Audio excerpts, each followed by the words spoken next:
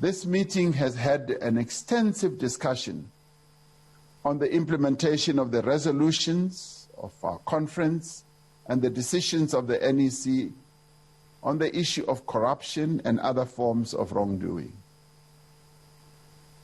As the NEC, we have reaffirmed several important principles. We confirm the firm stance we have taken on corruption and wrongdoing within our ranks and within society. There will be no dilution of the position that we have taken in this regard. We will fully implement the mandate of the 54th National Conference and the decisions made by the NEC, understanding that these are fundamental to the renewal of our organization and to the restoration of the credibility of the movement among South Africans. This is a clear mandate that we were given by the conference. Reaffirm the position taken at our meeting of the 31st July to the 2nd of July, that the NEC, the ANC rather, needs to draw a line, a very clear line in the sand between the organization and those who steal and those who commit other crimes against our people. We also reaffirm the decisions on the steps towards the implementation of conference resolution as agreed at our meeting of the 28th to the 30th of August and communicated by the officials through the NEC statement after that meeting. The NEC stressed that there can be no retreat from this position. We will be consistent and we will also be even-handed in the application of these decisions and will ensure that fair and due processes are followed. We have agreed that in order to give effect to these decisions, the officials will finalize the guidelines that will be applied in instances where members of the organization are formally charged with, convicted of, or reported to be involved in corruption or other serious crimes. The NEC has taken note of the legal opinions that were solicited by the officials. Now, while technical legal opinions are important as background information, as a voluntary organization, the ANC is duty-bound to follow its constitution, its rules, conference resolutions, and NEC decisions, as well as, of course, it should operate within the parameters of the Constitution and the laws of the Republic. It is in this context that our meeting welcomed our Secretary General's decision to present himself to the Integrity Commission on the 12th of December 2020.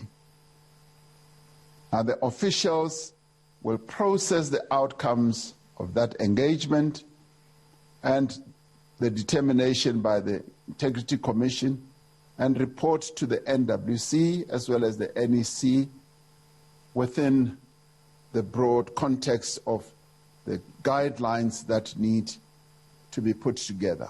And in arriving at those guidelines, the NEC has noted that we do need to have thoroughgoing discussions with our provinces, the secretaries of our provinces and the leagues, because they too are experiencing precisely the same challenge.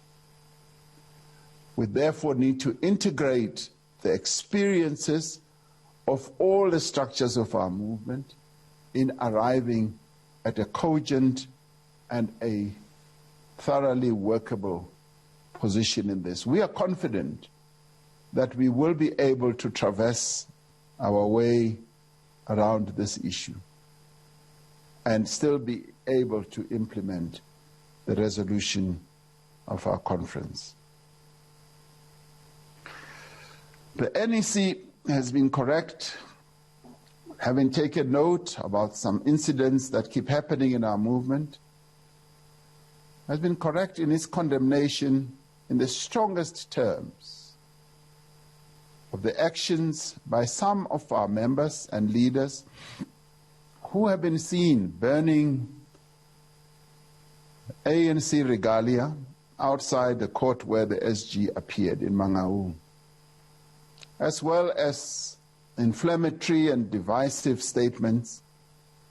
The NEC has called on all leaders and members to exercise maximum discipline and to refrain from actions such as burning ANC regalia, because it is unbecoming for us as members to denigrate and desecrate regalia, including sometimes the flag of our organization, in the way that some members are now seen to be doing.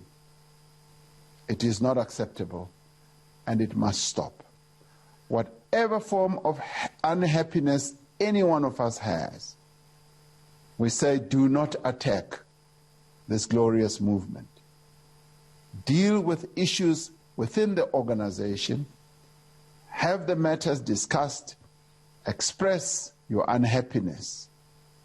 And this is the beauty that we had in the NEC today, that even those who may not have felt exactly the same way, because we never do, we were able to discuss matters within the confines of the NEC and sought to find a way of finding each other.